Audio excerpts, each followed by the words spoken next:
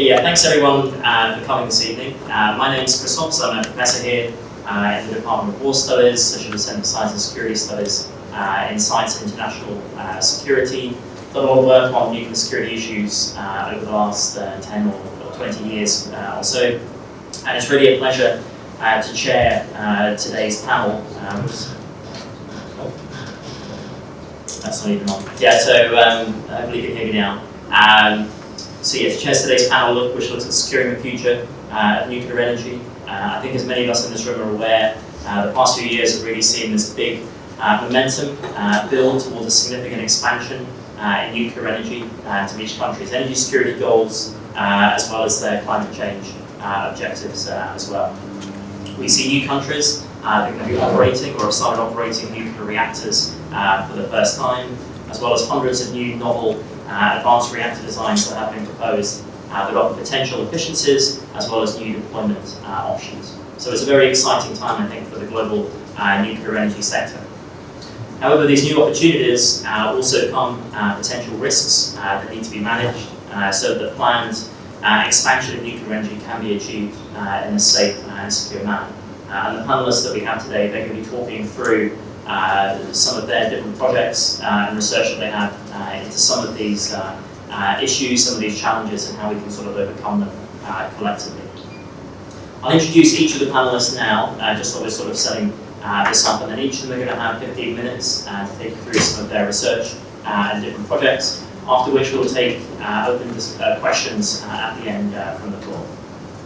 So first of all, we have Ross Peel. He's a research fellow here with us in the Centre for Science and Security Studies, working on safeguards and security issues with a big focus on novel nuclear reactor technology. He's done a lot of international engagement work in this area, working with governments and industry around the world to help them prepare for some of the adaptation of this new work. So again, it's not just purely from an academic perspective, but also working quite closely with practitioners in this space. We've also got going next will be Scott Roecker, who is Vice President for the Nuclear Threat Initiative's Nuclear Materials Security Program, working to reduce the risk associated with nuclear and radiological materials through a wide range of different projects. This includes NTI's Nuclear Security Index, the Global Dialogue on Nuclear Security Priorities, and also the project that we're talking about today, which is their Nuclear Scaling Initiative. Prior to joining NTI, he worked in the US government for 15 years in a number of nuclear and national security roles. And in the middle, we have Margarita Kalinina-Pohl. She's director of the CBRN, so Chemical, Biological, Radiological, Nuclear Security Program, as well as the Non-Proliferation Education Program at the James Martin Centre for Non-Proliferation Studies. The current research encompasses radiological security in Central Asia, as well as broader nuclear security and non-proliferation issues. So we've got a really interesting three speakers with us this evening that are going to give some quite, I think, different sort of perspectives on these issues. And with that, hopefully we're almost ready on the AV side. Possibly, or will be sort of very, very shortly. Ross will have to reshoot this probably a little bit later. But with that, yeah, I'll hand over to Ross and he'll take us through the first presentation. Okay, good evening everybody. Thank you so much for coming out, and it's great to see you here. I'm going to be giving an introduction to some of my work. I'll also kind of give a bit more background, so I might take slightly more than the 15 minutes Chris has allotted in order to just provide a bit more background to some of these issues and the context in which we are today. So my presentation is called Will SMRs Be Secure? Modular Reactors, and I'll come on to what that means as we go forward.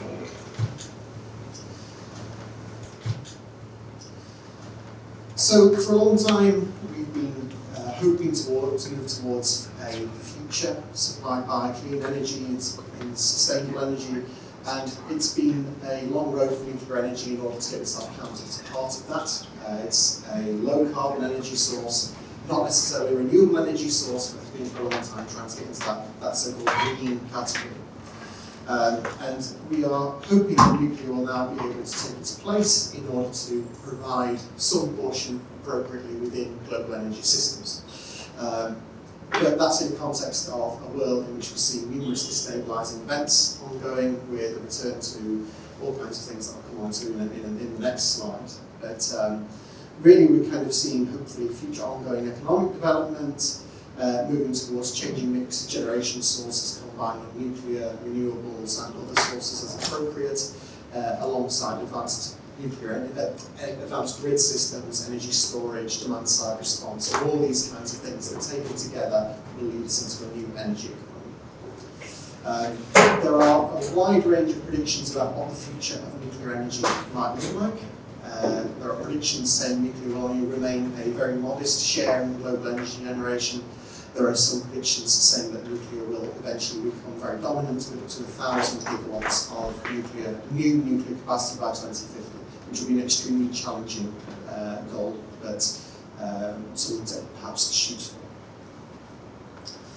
But we also have a range of challenges coming down the line as well, with climate change and a lot of uncertainty in how that's going to affect the world, and the economics and the states, and global cooperation and competition, and the position in which we're going to find ourselves going forward.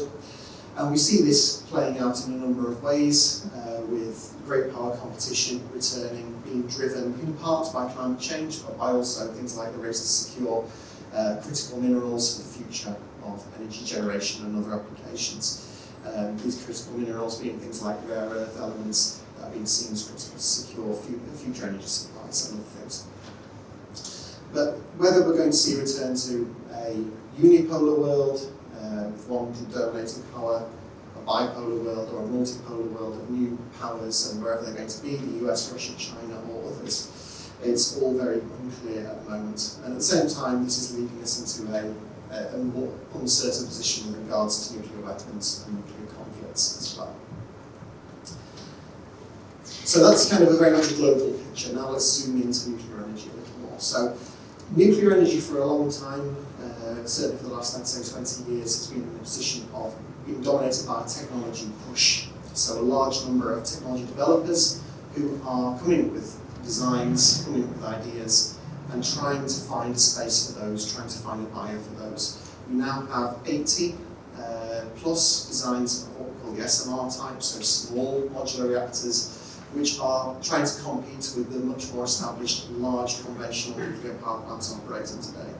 And these small nuclear power plants are meant to solve a range of challenges that exist with those large nuclear power plants. All of those 80 designs are trying to make it to the market. Not all of them will. How many will actually eventually be realised is up for debate. But one of the key determinants of that, I would suggest, is the maturity of the nuclear fuel cycle for each of those designs. So we have some that are based on well-established mature fuel cycle technologies. We have some that are much more experimental, much more novel in terms of what they're going to be offering out there. And the ability to produce and manage the nuclear fuel for those facilities is going to be critical to whether or not they actually are capable of being built and operated. But we're now seeing a new situation where we also have increasing market pull. So finally, there being some demand signals from the market that are becoming increasingly concrete and wanting to draw these reactors into reality. So this is new applications beyond electricity generation for the grid, ranging from the production of synthetic fossil fuels and chemicals, steel making, district heating, space power, and a whole range of other things like that that are giving us increased demand for nuclear technologies. This has also been coupled with things like energy storage, so you can run your nuclear power plant full power all the time, which is absolutely critical if you want the power plant to be economical. And we're seeing now the first real deals being signed with power off-takers, so large data centres primarily that are wanting to take nuclear energy direct for their use in the future in order to supply their needs. And this is powering things like generative AI and things in the future. So, in terms of when I talk about SMRs, these small modular reactors have a number of definitions. Some of them very narrow, some of them very broad. So the large conventional nuclear power plants that we have today are operating up here in this above 300 and increasingly today this above 1,000, megawatts electrical range. And then in the future we might be moving towards these large advanced reactors, sometimes generation 4 reactors. Underneath that now, though, more recently we're seeing the emergence of a variety of different smaller technologies. So there's some definitions of SMR that would put us here, and at the bottom that generation 3 and 3 plus means using established technologies that are widely available today. We've also seen some not so small reactors, so in the UK we often talk about the Rolls-Royce designed SMR, which is not so small at 750, above that IEA defined threshold of 300 megawatts for what makes an SMR. We've seen as well some advanced modular reactors that are more futuristic but small, and as well as that micro reactors coming in even smaller, and transportable nuclear power plants as well. So a whole range of different things. The definitions have changed over time. To be clear, when I talk about SMR here, I'm kind of referring to everything you see at the bottom, not just this purple rectangle, but also the not so small, the advanced, the transportable, the micro reactors, the everything. I'm talking in general terms. So between the large conventional nuclear power plants and the SMRs, we see a range of differences. As I say, there are various definitions of SMR. But those differences, when we did a piece of research in order to explore what they were and to try and categorise them in broad terms, we came down to 6 different things, and I'll dig into those in a bit more detail shortly. But each of those differences creates potentially nuclear security issues and safeguards, potentially issues that we need to think about and resolve if we want the next generation of reactors to be secure and safeguardable modular reactors, not merely small or safe. And I will say, from my personal experience of talking to a wide range of people in industry, safety is absolutely dominant and at the forefront of everybody's mind. Security and safeguards very much gets left behind, even though that certainly from a security perspective, the consequences we could see from a security event are every bit as terrible as those from safety events, like we saw at Fukushima, for instance. So let's go into those 6 areas I just showed. So the first of these things is, as I said, they're going to be smaller, generally, in the 300 megawatts or below, sometimes significantly below range. The benefits of this are you're talking about potentially being able to produce power plants more or less entirely in a factory environment, transport them to a site and install them as compute equipment without having to do a lot of on-site construction from relatively simple components. So we're talking about modular construction and build in that way.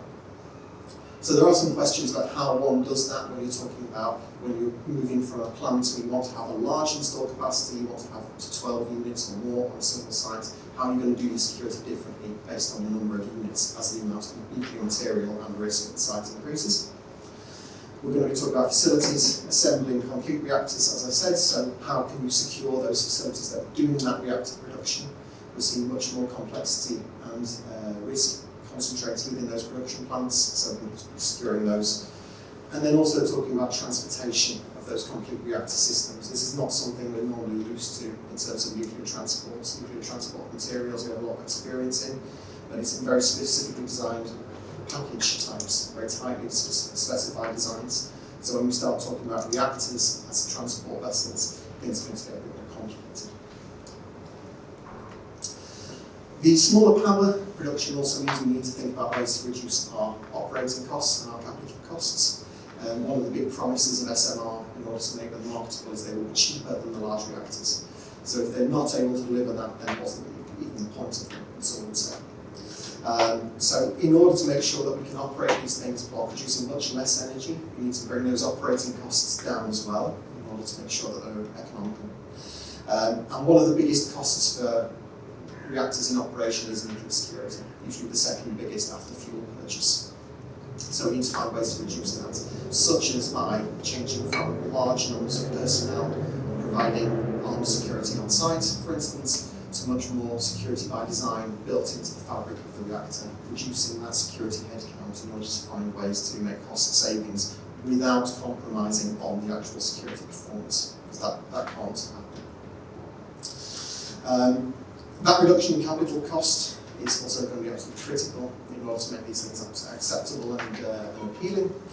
So that bringing down the capital cost will hopefully allow them to be accessible to a wider range of emerging nuclear countries which haven't yet embarked on their nuclear journeys. And in order to do that, they're going to have to bring costs down naturally. And the idea is hopefully to allow them to do so without them being dependent on other states to provide loans and guarantees in order to provide that critical national infrastructure. As we're moving towards this, the third area of difference is these plants will be increasingly automated, increasingly driven by digital systems as compared to analogue plants that are driven today.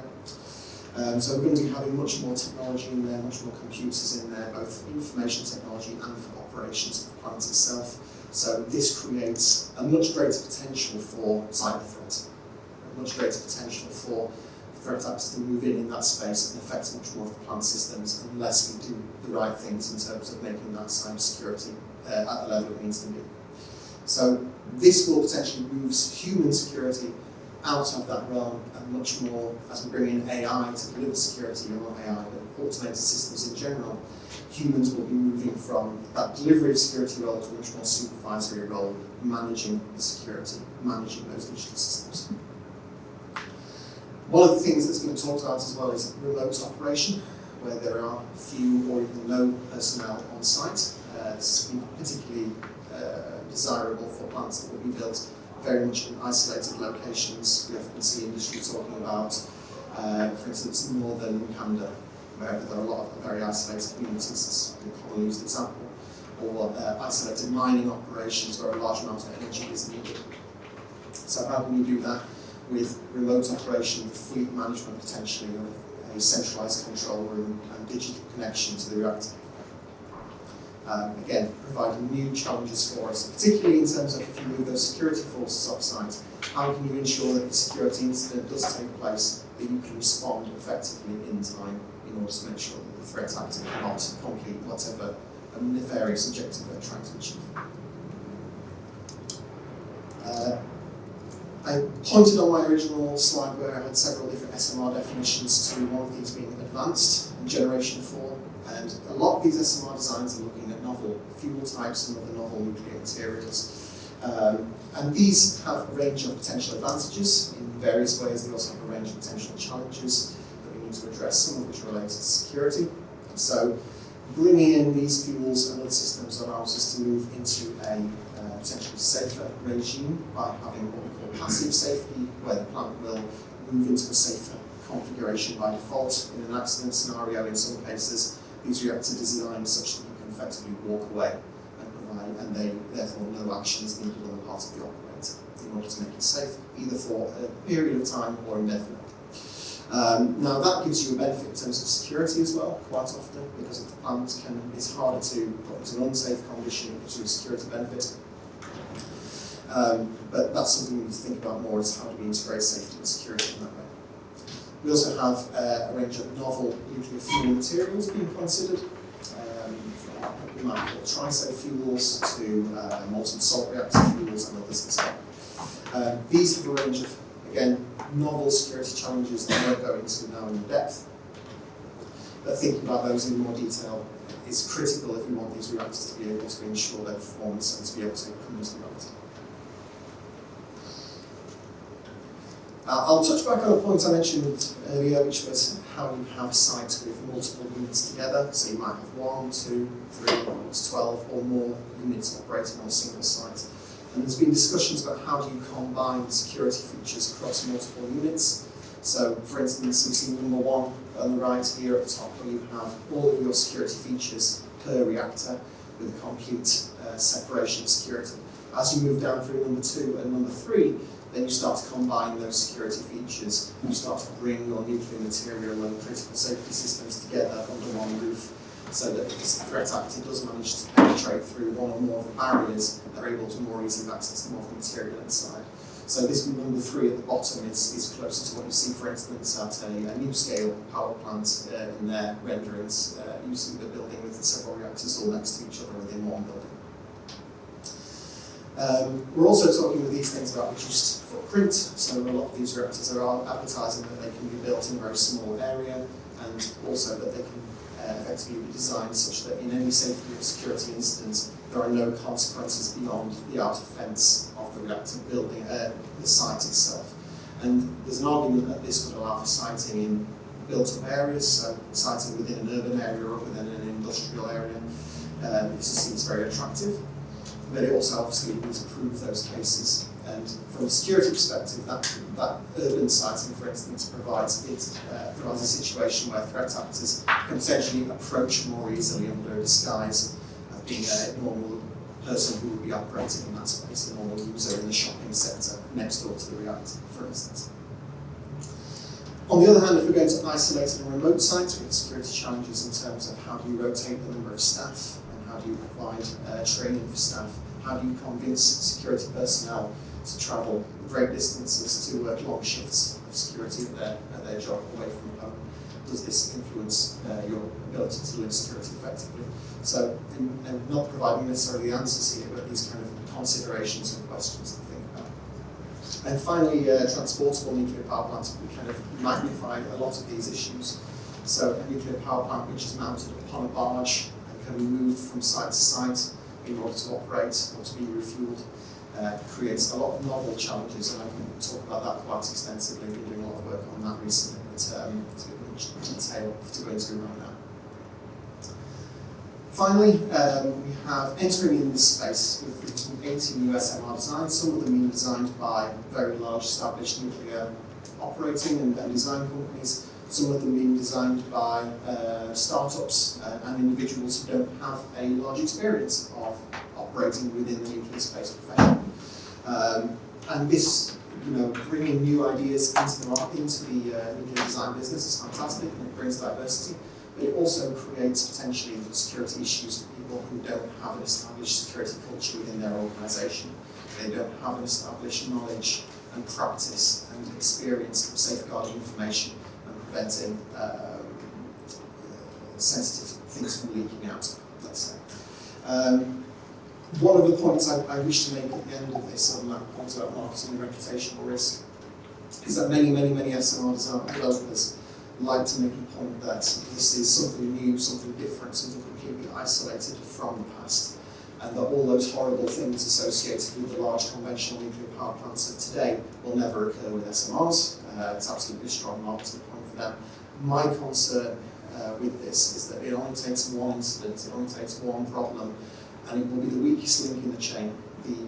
The developer that takes the least approach to security, the least approach to safety, the most cutting corners, probably they will be the one with the incident, and as soon as it happens to them, everybody will be targeted the same brush.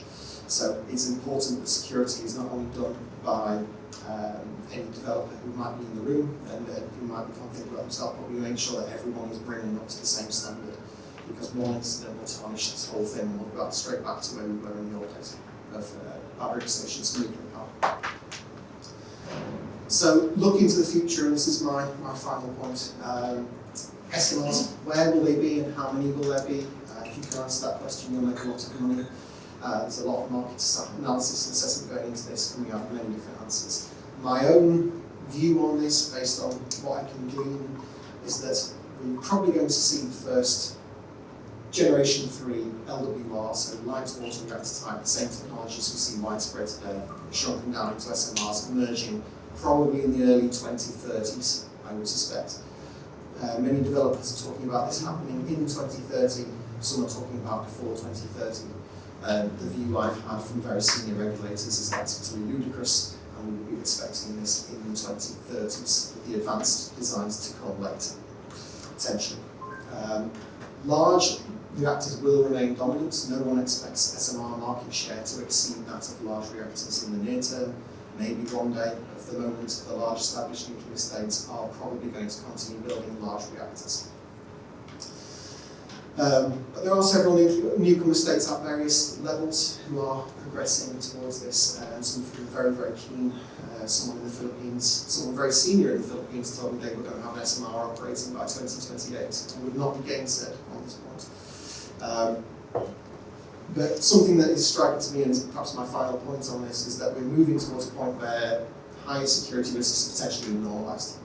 We're talking about nuclear materials that are greater risk of proliferation, novel fuels, closure of fuel cycles, which means reprocessing, it means extracting from that used nuclear fuel things that we use in weapons and a range of other issues. So these and the other issues I've talked about are potentially in the path to the future, and we really need to figure out how these other things are going to be resolved.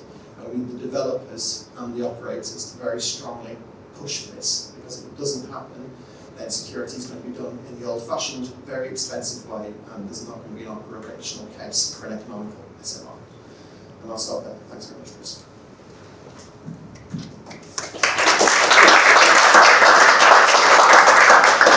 Brilliant. Thanks very much, Ross. That's really set the scene very well. We'll hold up on the questions for now, just so we can have all the presentations. But yeah, I'm sure that's definitely raised a few interesting points of debate there, certainly. So Scott, over to you.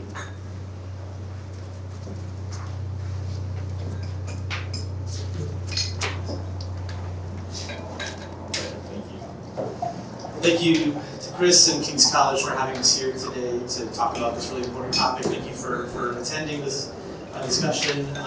So I represent the Nuclear Threat Initiative, which is a non-government organization based in Washington, D.C. Been around for more than 2 decades, focusing on trying to reduce nuclear threats in whichever form they may come. And so,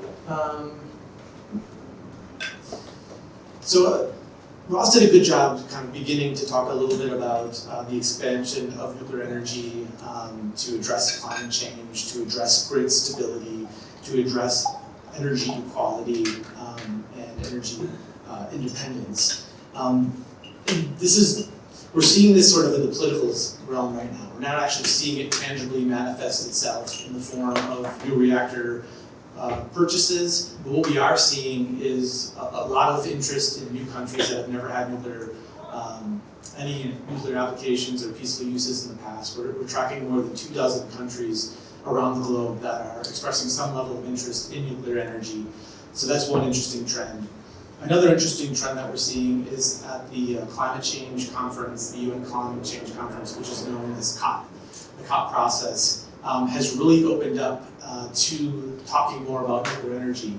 I think it was COP24 that was in Edinburgh, and most of the conversation around nuclear energy with the NGO community was about how dangerous it was and how we can't rely on that for climate change. But we saw a marked shift at COP28, which took place in December of 2023, and that was in Dubai, United Arab Emirates, which many of you I'm sure are aware has a new nuclear program that's been very successful, and so they wanted to highlight that as part of the COP process. And at that particular event, there were more than 24 countries that committed to tripling nuclear energy by 2050 to meet some of the climate goal changes that Ross mentioned in his presentation. So that was, nuclear energy being highlighted in a positive way that hadn't been done previously at those COP meetings. COP29 was in Baku at the end of last year, where this conversation continued. And we actually expect it to be a very big portion of COP30, which will take place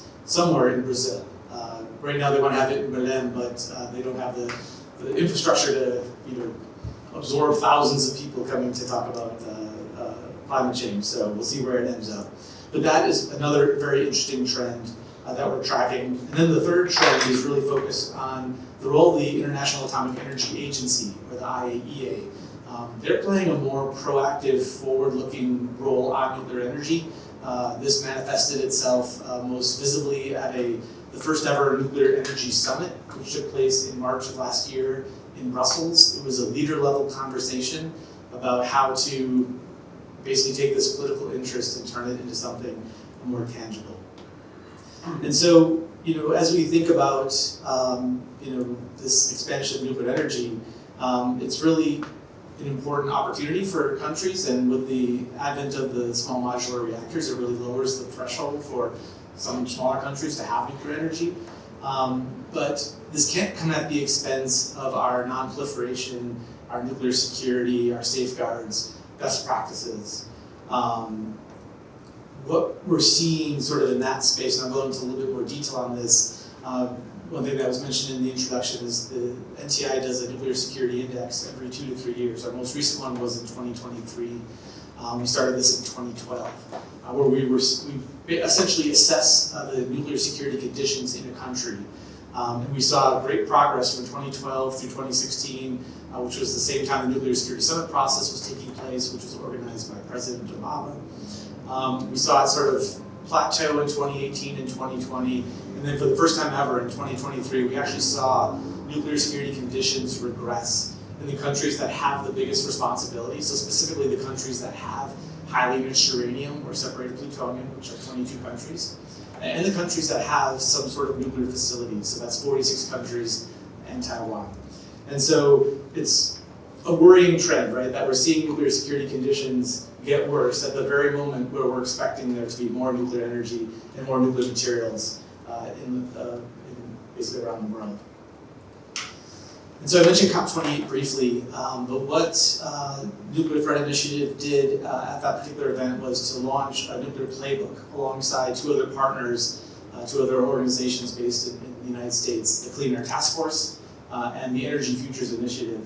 We launched this. It's now being called the Nuclear Scaling Initiative.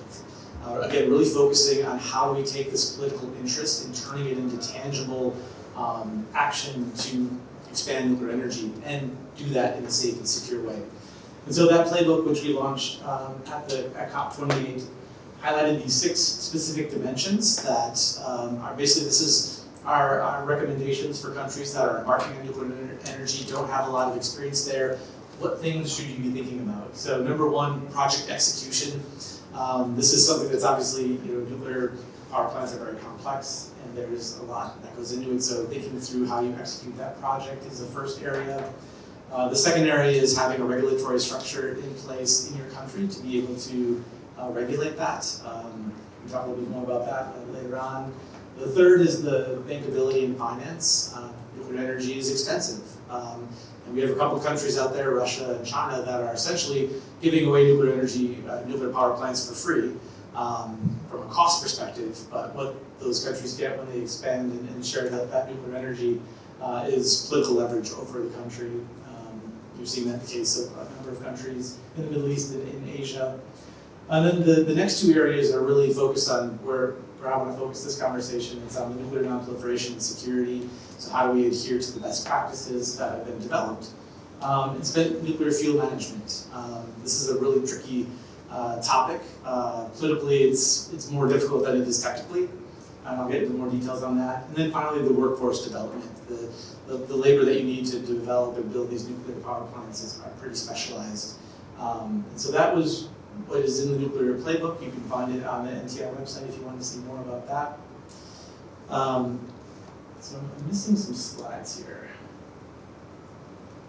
There should be 2 more slides that accompany this. I can just speak to it if that's easier. Let's see. There's 3 more slides that come before the 5 outcomes. They're further down. Okay, I can scoot them up there. We got mixed up.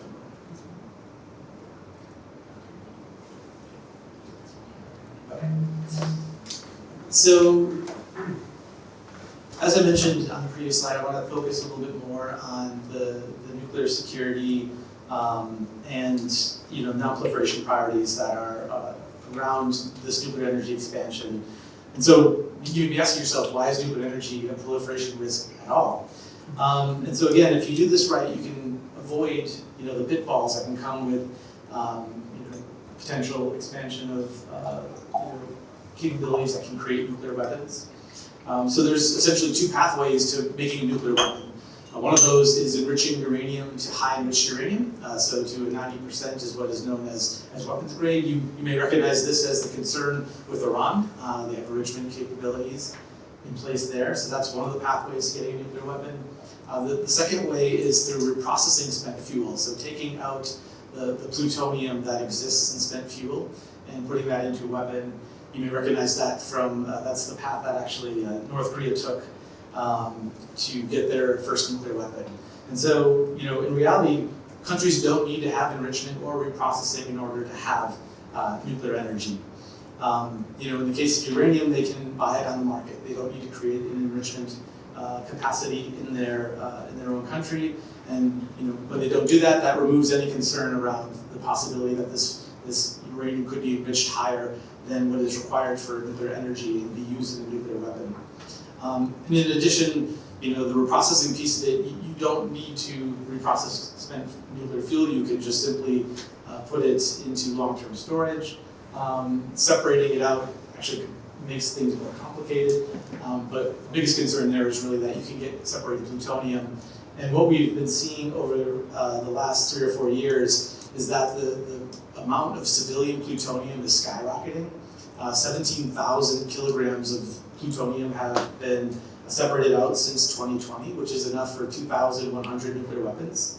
And it's only a couple of countries that are doing this. Of the 30 plus countries that have nuclear energy, it's only focused in 5 countries. And so, again, there's an example out there that you don't need to reprocess in order to have nuclear energy.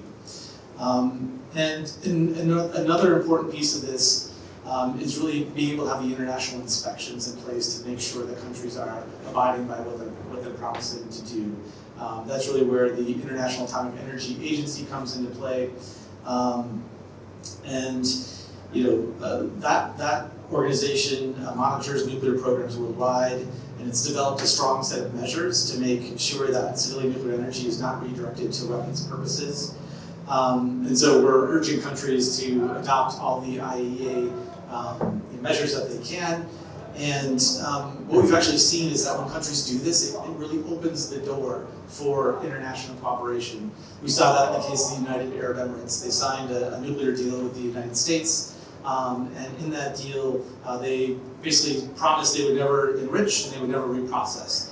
And once that deal was signed, they saw a number of countries approach them, be ready to work with them. And so that's one of the reasons they've been so successful in terms of quickly bringing on nuclear energy in that country. And so, it's good from a non-proliferation and a nuclear security and a national security standpoint, but also good from the standpoint of encouraging companies to work with you.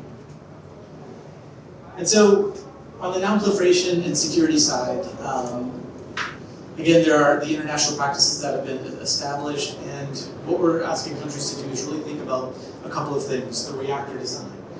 As Ross mentioned, there are designs that are more secure by nature, security by design. So encouraging countries to focus on those reactors that are taking into account security so that their security costs aren't high, and it also improves the security. The second area we're talking about is the selection of fuel. So choose a low enriched uranium fuel. So not something that is requiring higher enrichments. And then the third area is around the fuel cycle, having a once through. That's when you have you basically run the fuel through the reactor, and once it's through, you don't reprocess, you don't separate out the different waste streams, and you focus on the disposition of that fuel element in its entirety. And then just a little bit more on the spent nuclear fuel side of things. Obviously, this is a tricky situation because no one really wants to have spent nuclear fuel in their backyard for what could be thousands of years. So the political issues are harder than the technical issues when you're thinking about how do you determine a long-term repository. There's actually been good progress that's been made in Sweden and in Finland where they're making progress in terms of finalizing their spent fuel repository. But we're just encouraging countries to think about this on the outset. It may seem like something that's decades down the road, but it's important to consider that early on because it will also have implications what kind of fuel you end up going with, as well as how you plan to storage. And so again, in a way to do this in a way that's both secure and with non-proliferation norms, it's important to think about that up front.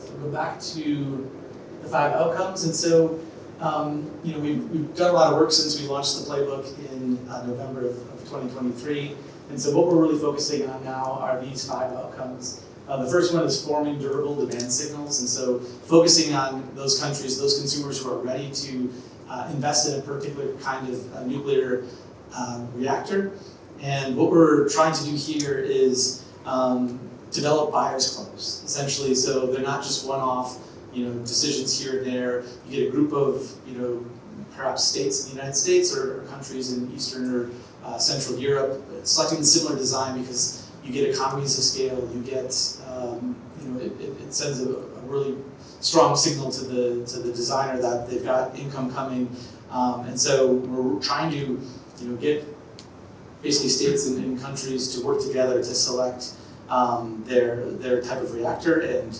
Associated with that is guiding that technology selection. And so Ross mentioned there's 80 plus different designs that are out there at different stages of maturity.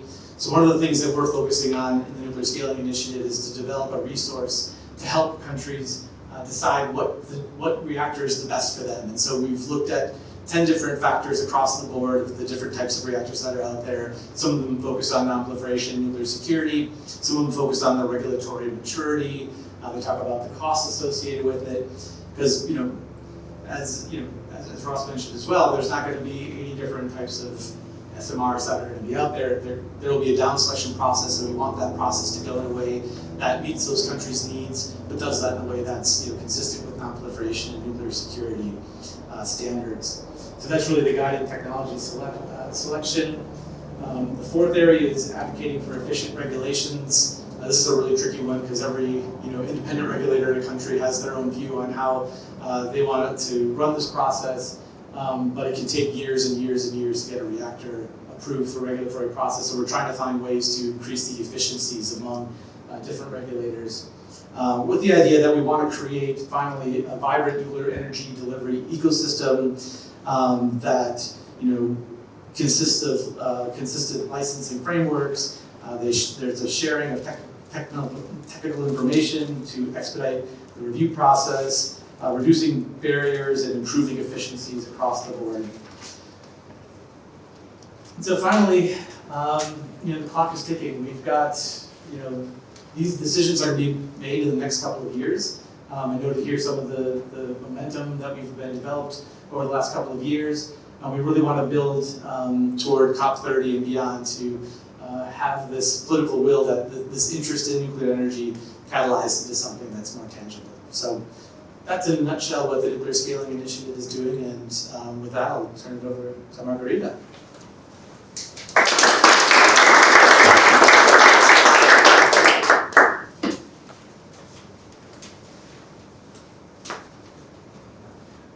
Brilliant, thanks Don. And now we'll just pass over the final talk to Margarita.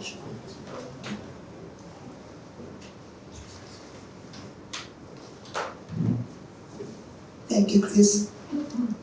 Thank you very much, King's College London, Chris Hobbs, for the invitation to this wonderful place. I've never been to King's College London, so it's my first time. And I want to thank you all for coming, especially at the end of the day, and spending some time with us. And I also appreciate previous speakers who already laid sort of like a nice segue to the topic which I will be covering today. And I want to disappoint you, I'm not going to share some groundbreaking research because I'm still working on it, but I hope that some of my thoughts and remarks, reflections will help to contribute to the overall discussion of the topic of nuclear energy developments and maybe help us understand the complexity and also appreciate the multidimensional nature of this topic. So, yes, I think we established that we experience a new wave of nuclear renaissance. But I also argue that this is not only the renaissance, it's also a complex geopolitical race which encapsulates the dynamics of global power and influence. And this revitalized enthusiasm in developing nuclear energy is embroiled in a competitive landscape that where nations strive for control over nuclear infrastructure and supplies, and also by establishing spheres of influence, they could redefine global energy markets as well as regional and international security. And let me dissect this last statement in two parts so it's easier to understand where I'm going with that. According to the World Nuclear Association, which produced a report on emerging nuclear energy countries, there are currently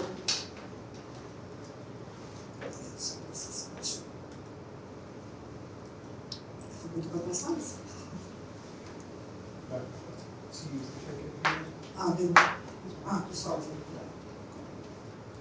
Yes. So there are 30 countries which are considering planning or starting nuclear power programs. And if you look at the date when this report was published, which is April 26, I wonder if anybody knows why this date has some irony rooted in it. What happened on April 26 in 1986? Chernobyl nuclear disaster. So I thought it was a little bit ironic that this report was published on the 3rd anniversary of this date. But I'm sure it was not some special intent, but I think it's just, for us of those who know the details, I think it's very interesting. So, and of course, we know that one of the major suppliers of nuclear energy technologies are Russia and China, and they've been offering nuclear power plants to emerging countries, and they provide attractive finance and fuel services which seem appealing to a lot of countries.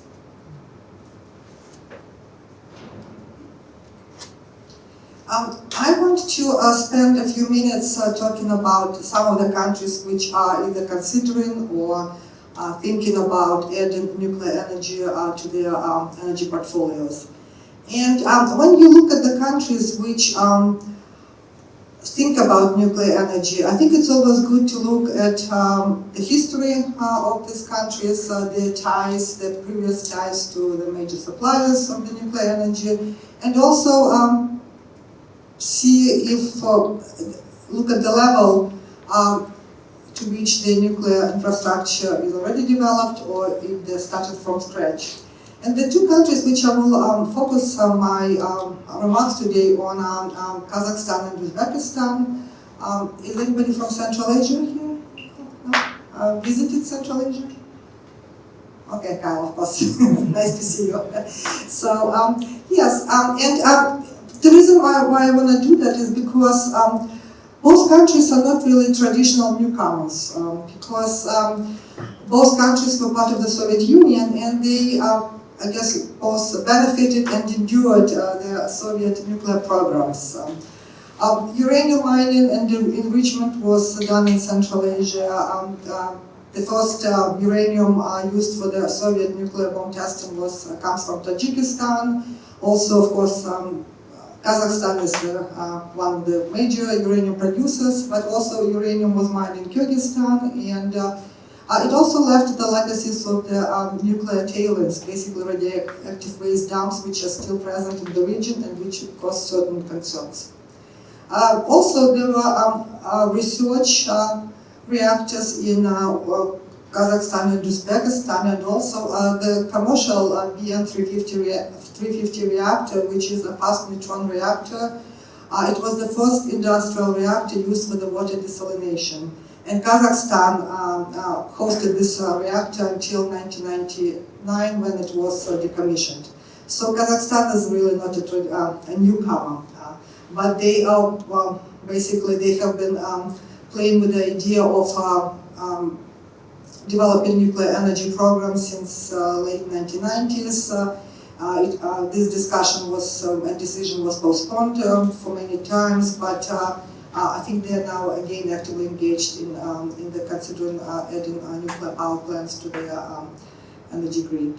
So, and of course, you cannot talk about Kazakhstan without talking about it being the major nuclear testing site for the Soviet Union, where about 456 nuclear tests were conducted.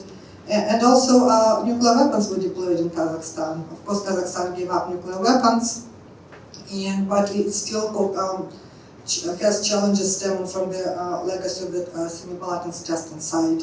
And this is just some other pictures, which I will show a couple more pictures. And these are the uranium mining tailings, which I mentioned, and there are about 4 to 5 large nuclear tailings, uranium tailings, based in Omaylus, Kyrgyzstan, and also in other parts of Kyrgyzstan. And I think I missed another one. And one of my slides is missing, but that's okay. So if you want to learn more about nuclear history of Kazakhstan, I highly recommend a book by my dear colleague and friend, Dr. Takzhan Kasenova, who wrote about Kazakhstan and his decision to give up nuclear weapons, which apparently was such a painstaking decision, complex decision, which I think many of us did not appreciate it until we read the book. So highly recommend it. It's called Atomic Step. So when I talk to some of the Okay, let's see more slides. Okay, it's okay. I'll find them. So this is basically the picture, the cover of the book, which Tanjan published. And there are some photos I thought I'll just put. These are from a former Semipalatinsk testing site, and it's basically, the site is huge. It used to be guarded during the Soviet times, but when the Soviet Union collapsed and Russian troops left, it was unguarded, so it attracted metal scavengers who came for scrap metal, and they were digging out cables which were still contaminated with radioactivity. And also they had a lot of tunnels for underground nuclear testing, and actually I visited one of those tunnels in 1999, so let's see. So in today's Kazakhstan, nuclear sector plays a very important part. Kazakhstan is the world's leading uranium producer. It pursues nuclear fuel production capabilities, and recently it started doing this jointly with China by establishing and operating the ULBA FALP fuel fabrication plant. It also has a very large national nuclear center, which is now based at the former headquarters in the city called Kurchatov, where it used to be the headquarters for the Soviet nuclear testing. And it completed a feasibility study of the construction of a nuclear power plant. So, and I'll start with Uzbekistan because actually and now Kazakhstan is thinking about reviving their plans to, they're doing this, but I think one of the reasons they're doing this is because Uzbekistan sort of surpassed them in taking concrete steps to developing nuclear power plant by signing cooperation agreement with Russia to build 2 VBR 1200 pressurized water reactors. And Putin even flew to Tashkent in 2018 to have this symbolic ceremony. They actually pressed a large button, which didn't make it to the picture, but it shows that the importance he places in this project. And also recently, last year, Uzbekistan and Russia signed an agreement to build additional 6 unit small modular reactors, and which actually are Russia-designed reactors. And I think I discussed it with Ross today. There's a written 2,000 reactors. I don't know much about the specifics, but I think they haven't been yet. They deployed the first such reactor in Yakutia region in Russia. So, but I don't know much more about these reactors. So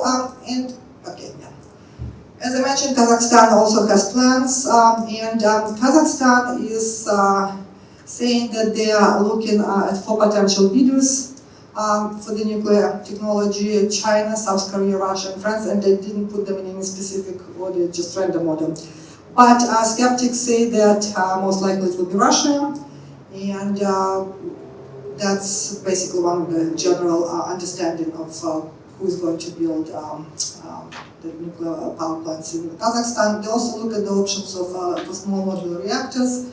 And last year, in October 2024, they held a referendum, I guess whether citizens favor or don't favor the construction of the nuclear power plant, and apparently 71% of citizens of Kazakhstan supported this. There was a strong pushback by environmental activists who reminded about the nuclear legacy which Kazakhstan still suffers from the nuclear testing. But it looks like Kazakhstan is moving ahead also with that. So, and when we talk to Uzbek and Kazakh experts, why with Russia? That's where it gets complicated. So that's where the geopolitics play in. And first of all, they say that they share historic ties and common language because Russian is still widely spoken in Central Asia. And also Kazakhstan, for example, shares a 7,000-kilometer border with Russia, so it's in the neighborhood. And they have to be really, these factors should be considered when a country chooses who will supply the nuclear technologies to them. So also they mentioned that the shared technologies, because some of them, again being part of the Soviet nuclear program, these countries inherited some of the technology, some know-how, and also shared legislative and normative base. But also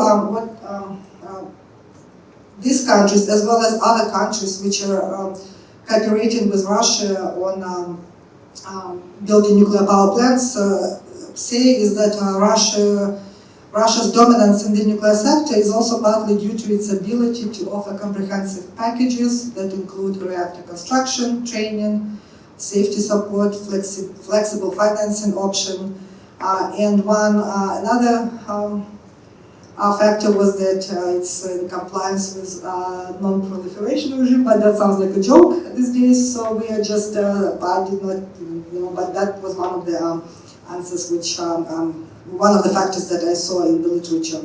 So this one-stop nuclear shop approach, coupled with government-sourced credit lines and the capability to manage spent nuclear fuel, makes this cooperation with Russia attractive, but not without the controversy.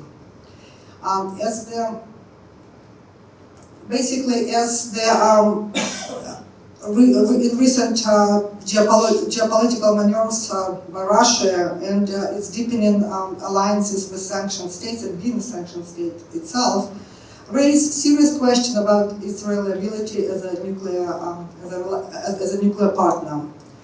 So as countries evaluate their energy strategies, balancing technological capabilities with geopolitical stability and adherence to international norms becomes increasingly critical. So while Russia remains a key player, its future as a dependable partner is questionable. And of course, with the increase of nuclear energy programs worldwide, we also have to be recognizing that there will be more nuclear facilities, much more nuclear material, to make sure that these facilities and material are safe and secure.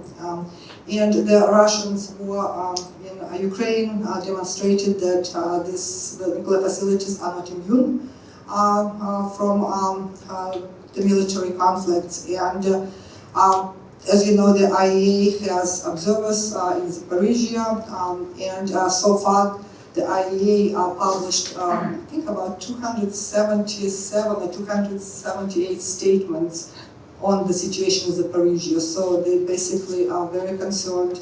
That shows to me that there are certain concerns which, of course, we recognize them, but also there are other concerns which I think will become apparent maybe when the war is over.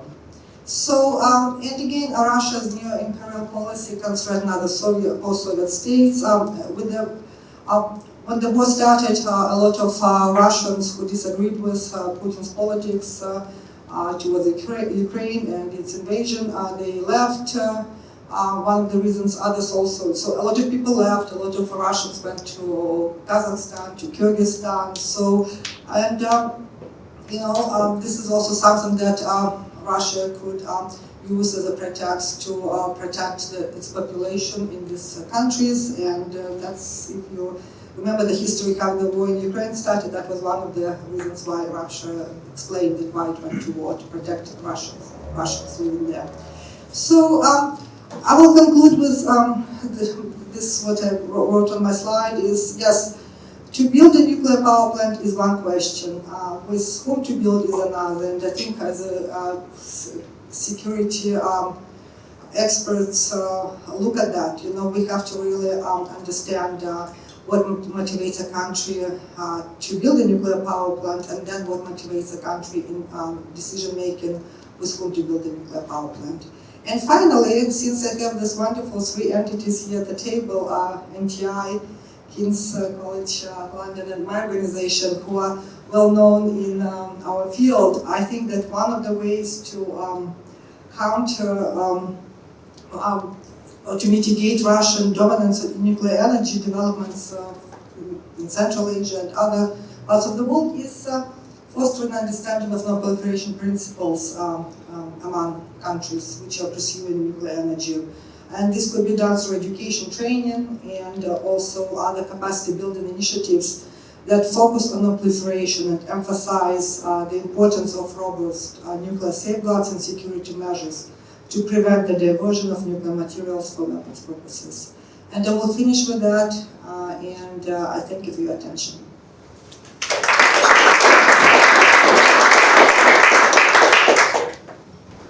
Super, thanks very much, Margarita. Well, we've run a little bit on those talks. I can't really do my job as chair with the time, but they were very, very, very interesting. Okay, so I think with that we have at least sort of 15-20 minutes. There are drinks in the back afterwards. But yeah, I open the floor to any questions. If anyone has them. Can we grab a microphone? So there's one at the back to start with. Yeah, and then we'll have here and here.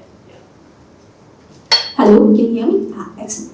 My name is Gayatri Karnik. I am with the American organization called Generation Atomic. We're a nuclear advocacy organization.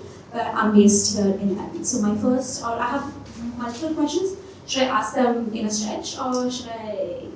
Let's go over there. Yeah, quick 5 questions. We can take them all together and we'll divide them up. Yeah. Okay, excellent. So my first question is to Dr. Ross. So you mentioned threats to nuclear security at large. What would you sort of elaborate who these threats are coming from? State, non-state actors, sort of, and is this, you I think specifically mentioned about the nuclear power plants themselves, but could you sort of elaborate what precautions can you take throughout the sort of supply chain, especially the fuel supply chain for the threats? I had another question for you. So this is in regards to the international regime for the protection of nuclear materials, the CBRN and its amendments. So I don't think that it specifically mentions SMRs, or I may be incorrect. Do you think that these, since we are expecting a proliferation of SMRs, do you think the international regime needs to be amended to include questions about SMR, or specifically how we should be securing SMRs as compared to the larger reactors? That's my question for Dr. Ross. And I have a question for you also from Mrs. Scott from the NTI. I really appreciate the work that the NTI does in non-proliferation matters. When you had mentioned about specifically their considerations, or the considerations you expect or sort of imply states to take in terms of fuel type and reprocessing. How would you rate these considerations when it comes to the fact that states have to make a lot of other considerations in new nuclear, especially on siting, on like the kind of specialization that they have? This is, I think, one of the most complicated questions a state can answer when it comes to the nuclear programs, the type of technology that they have. So in terms of this, how important are non-proliferation concerns? So those are my questions. Thank you so much. Okay, brilliant. Thanks very much. Ross, do you want to go first? Sure. Thank you. Yeah. So in terms of threat actors and who those threat actors are, we've for a long time really only thought about threat actors in terms of non-state actors, and those might be terror groups, but might also be criminals who would want to steal the nuclear material or do some acts for financial gain.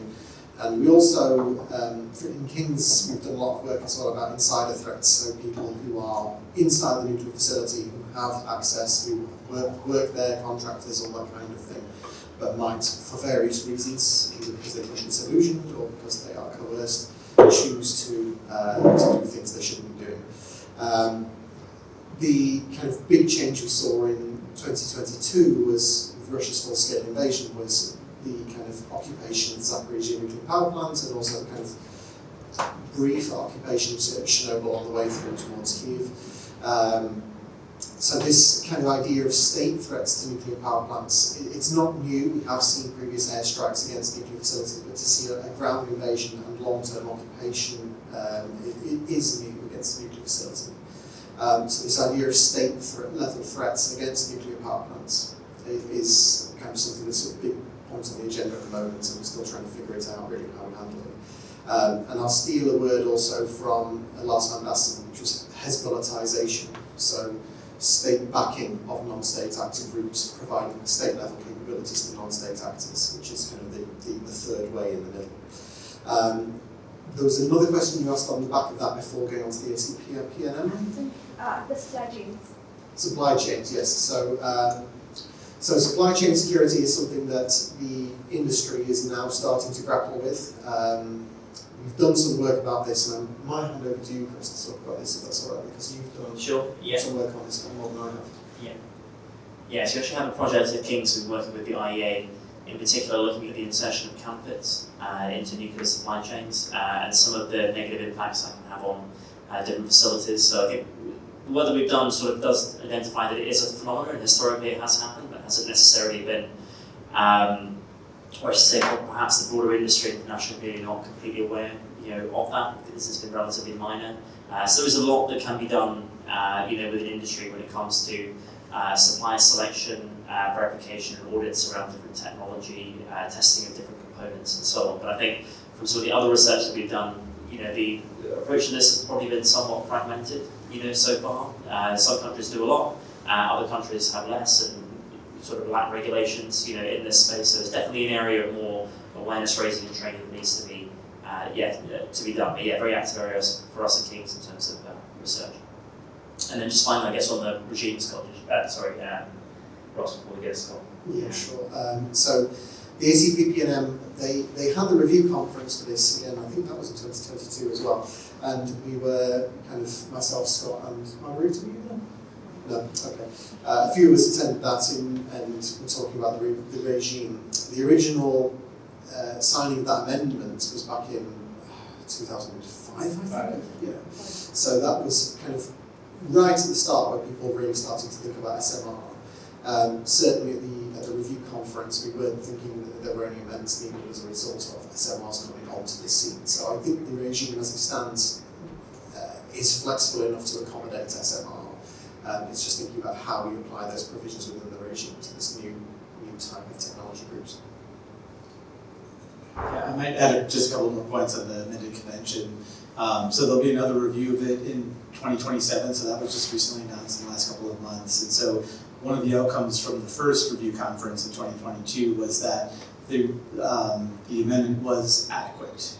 And that's really to your question, is it sufficient for the world we live in today? And so I imagine at the 2027 review conference there'll be another decision whether or not it is adequate, and if it's not, then there would be an amendment process, but that gets very difficult very quick to go down that path. So I imagine countries, even if it isn't perfect, they might not want to go down that road. But and sort of related to that as well, the IAEA does nuclear security guidance outside of the amended convention, and that is actually going to be reopened for negotiation starting later this year.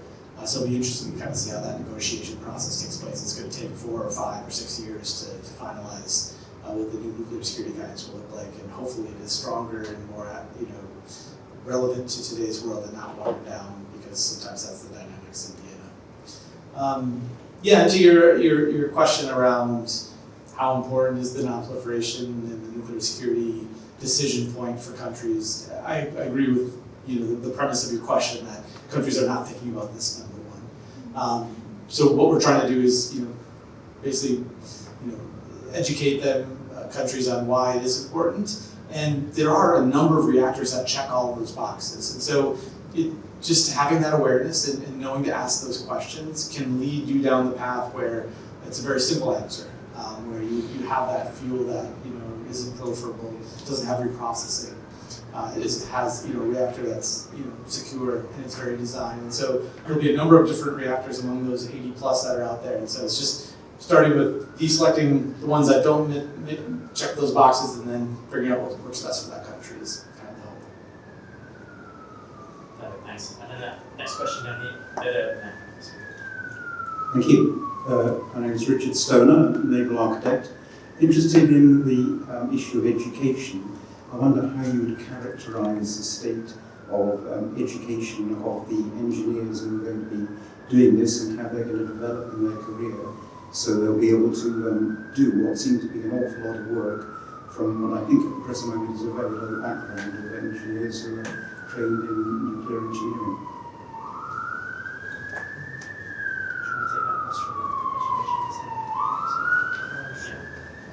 Thanks for the question. So my own background is I'm one of the people who was trained a little bit in nuclear engineering, but that was, I'll say, one one term module was part of a mechanical engineering degree, and I think that's the kind of point we've reached really in UK nuclear engineering education at the technical level. I'm not aware of any, I haven't looked, but I'm not aware of anywhere off the top of my head that is teaching a nuclear engineering degree program in this country at the moment. There are places I think where you could put that together, but I don't think it exists yet. How we get there is something that I think will have to be motivated by a strong demand signal. UK universities at the moment are in a bit of a pickle with the funding situation, to say the least, with the fact that tuition fees haven't risen in a long time. And as a result of that, they're really kind of looking around for ways to reduce programs rather than to grow programs. At the same time, we have got things like Destination Nuclear in the UK and other initiatives that are trying to get this going, but they're primarily working on the basis of let's draw people in from other sectors and give them the specialised nuclear additional training and knowledge to get them up to that level. So I think we have got a bit of a long road back in terms of that programming. Myself and my colleague Zenobia, there are part of this, I'll say, the International Nuclear Security Education Network. So we work at the IAEA with a large range of other states, 225 institutions in 75 countries, looking at nuclear security education and developing training programs, curricula and materials to deliver that. But in terms of going beyond that to the wider technical side of things, it's a much broader question.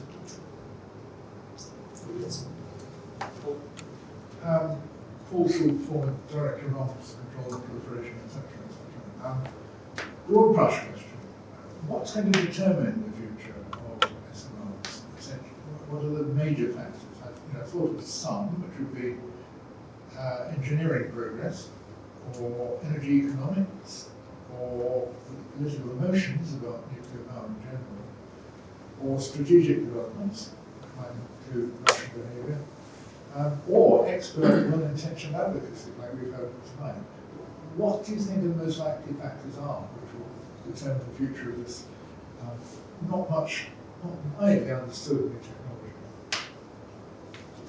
Let's have a go. Oh, okay. So thank you for starting us off with a good list there. Maybe more. Yeah, there's plenty more. I guess there's a few different groupings here. There's things that are necessary to have in the state in order to enable that, and that's things like a nice mature regulatory regime that is capable of assessing these technologies and making sure that they are suitable. Legislative frameworks, sufficient funding and financing, bankability, I think is the term, and a whole range of other things besides that. To make it actually go from the position now where developers are working on science projects and actually bring them into reality. One of the points I made earlier on was things like fuel cycle maturity. If that, and I've heard others kind of say the same thing, that LWRs based on uranium oxide are the most likely to appear. As soon as you start talking about advanced reactors, for instance, with trisolar fuels, that's a much more difficult journey because we don't have a facility at the moment to manufacture that kind of thing. But also, I'll point to, for instance, the UK, much stronger demand signals from government. So we've got Great British Nuclear, for instance, set up now, and that has been progressing. They've got this funding competition to see which SMRs will be selected for support from government to be taken forward. I don't know how many funding competitions we've had now, and no US SMRs yet kind of managed to materialise at the back of them. So I think there needs to be a much stronger long-term commitment where actually at the end of whatever process we are on in this country, it needs to actually result in something and not just keep going around these funding competitions. But I'll perhaps hand over to one of my colleagues who might have additional thoughts. Yeah, the reactor selection tool I mentioned as part of the presentation is trying to help countries with exactly a number of the factors that Ross mentioned. So I think it's going to be a multiple, all of your list plus other factors that will ultimately kind of decide which direction this goes. And use case would be another one that I would add to the list. What are the particular needs for that country?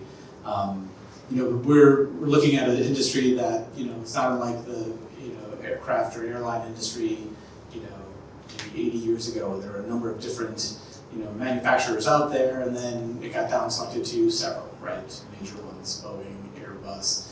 So I think you're going to see something similar too, that once, we get some traction, once reactors are actually being purchased and being produced, they'll just be, those will be the ones that end up kind of winning and going forward. And what that number is, Ross asked that question as well. It's hard to know. It's probably something in the neighborhood of 10, maybe less, maybe more. But that will also help in terms of kind of how the selections are made from countries.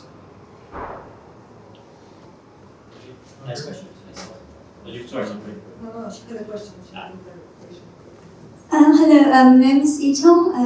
I previously worked at the UN ODA on at BWISU and GGNDB, the group of governmental experts on nuclear development verification.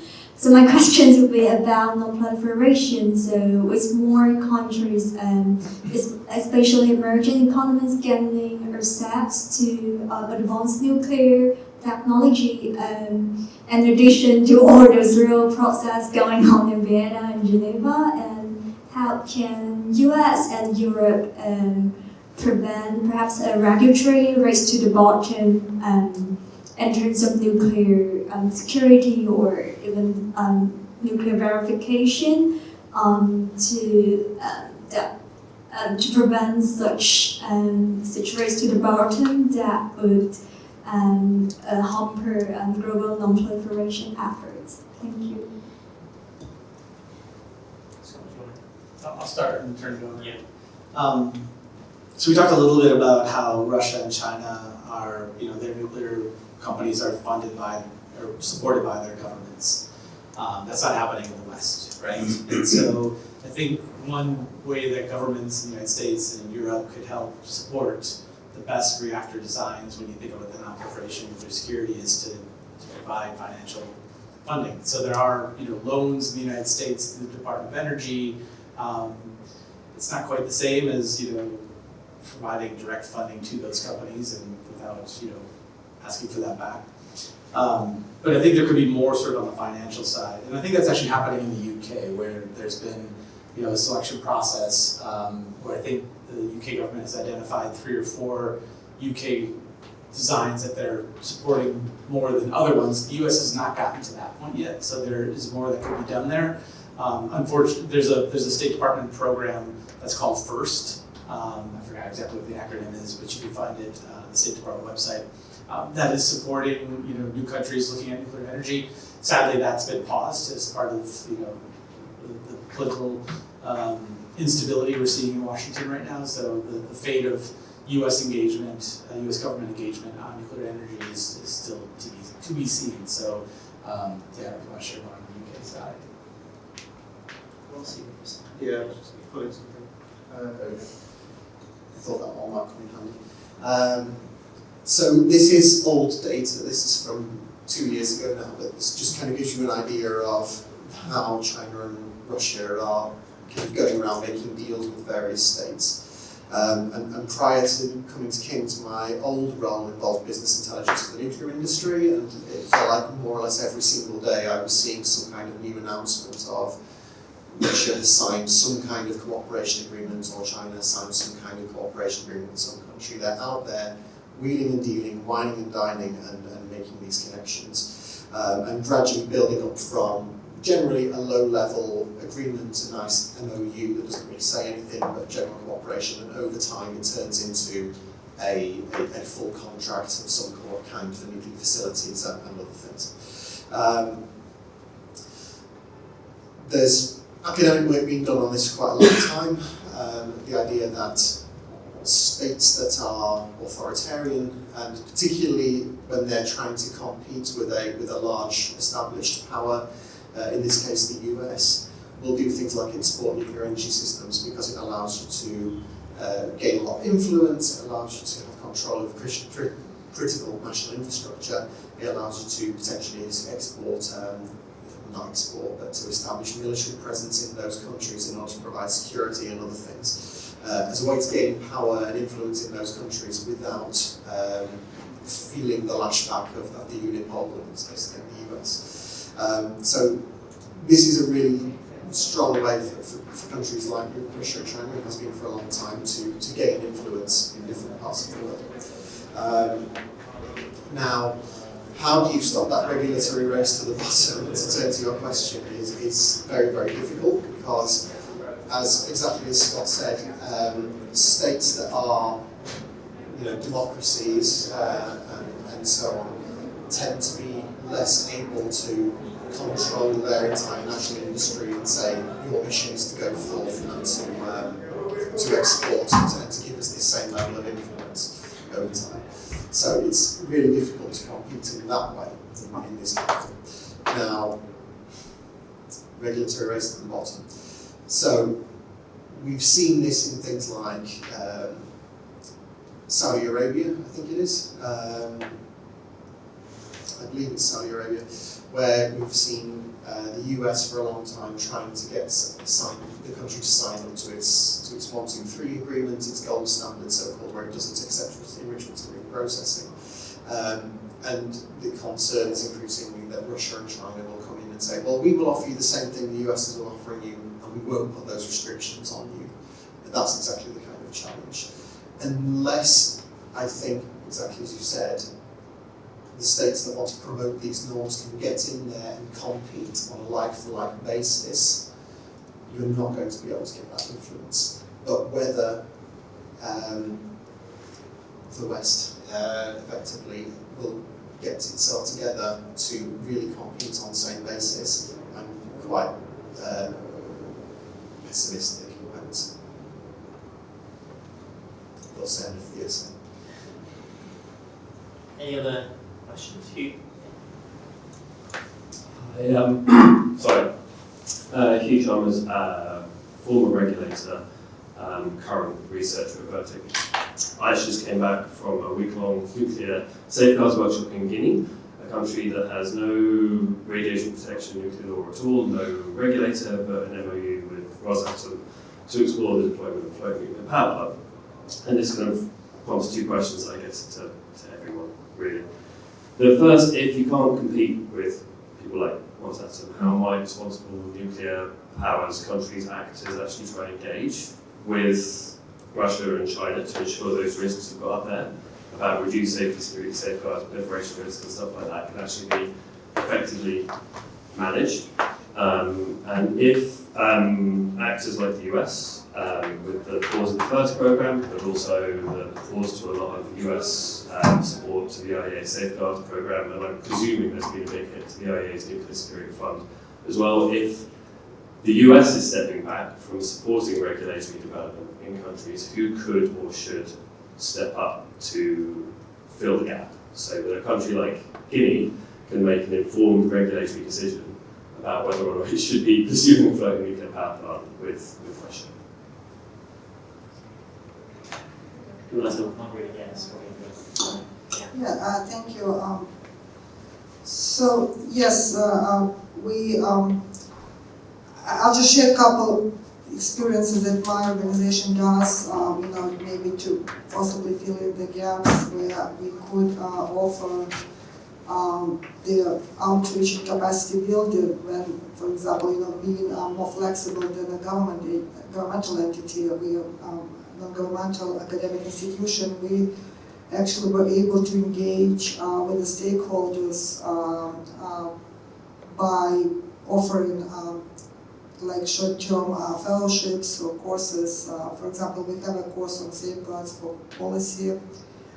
People basically join so they understand the basics of the safeguards and everything. So, but I think what I think you could do is, with a little investment but with a very high yield, is train the trainers, and it's basically bring faculty to your school or to your organization and train them. And that actually brings back to the question of education. I noticed a trend, at least at my institute. We are a small private university, but we offer the degree and master in non-proliferation studies. What we see is that there are a lot of students who have undergraduate degrees in STEM and also nuclear engineering.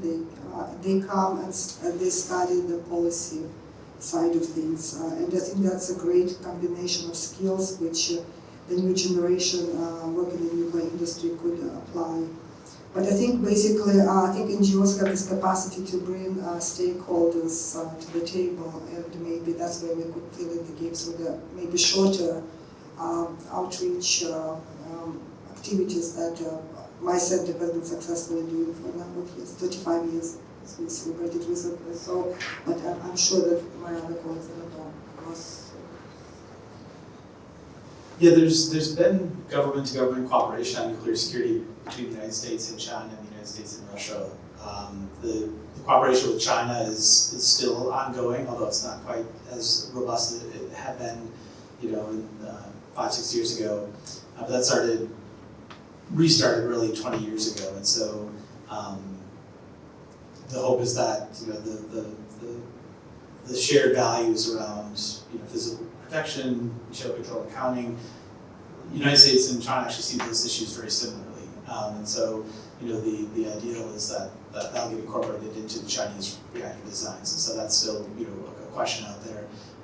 The question around the cooperation with Russia, that was more focused on Russian nuclear facilities after the fall of the Soviet Union and helping to strengthen security there. And that cooperation ceased in 2014 for a combination of events. You know, a lot of the work had been completed, but obviously, you know, the geopolitical tensions started rising in February of that year.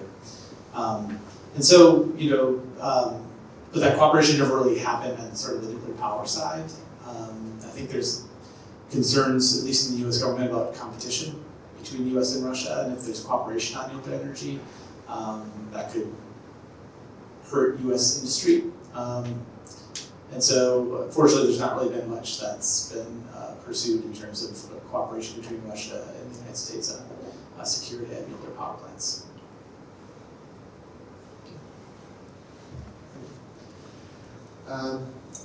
So yeah, I'll touch on the second question about US pausing its support for various things all over the place, and who can fill that gap. So we've seen recently a few different funding opportunities opening up for us as academic institutions, and I'm talking very narrowly now, I will broaden.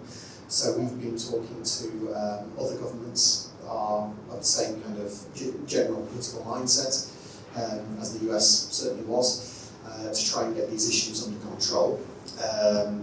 But the US has nevertheless left an absolutely enormous gap in funding, and when you look at, you know, the distribution of funding that the US puts into things versus other states such as the UK, it is an economic behemoth compared to the UK. It's going to have that power to do those things. It's going to be a big stretch for states to fill the gap. I was at the IAEA a couple of weeks ago having conversations with people there. And for those that don't know, the IAEA has its central budget where it gets, you know, every state puts in a certain amount of money, but most of its work, apart from the real core safeguards activities, have to be delivered through extra budgetary contributions that states give voluntarily, including the US. And pretty much everybody I spoke to there in various places, apart from the real core safeguards officers, was really, really concerned about their ability to continue delivering the mission and how it's going to be affected. So it's going to be a major issue, and I don't know how we're going to fill these things and what the impacts are going to be. We might see, for instance, a real contraction of the IAEA's ability to fulfill its role, and I don't know how that's going to affect stuff. I'm really, really worried. And I would love to hear an answer myself. Very good. Any final questions? Otherwise, I think we're past time, so we can break and maybe go for drinks. Just triggered by the mention of current events and the IAEA. If there is a change in geopolitics and determination, so that there's a Russian-American détente and possibly an intensification of trouble potentially with China, how will that change the function of the IAEA? Just in general, a speculation, but particularly over ambiguous proliferation cases, like in Iran.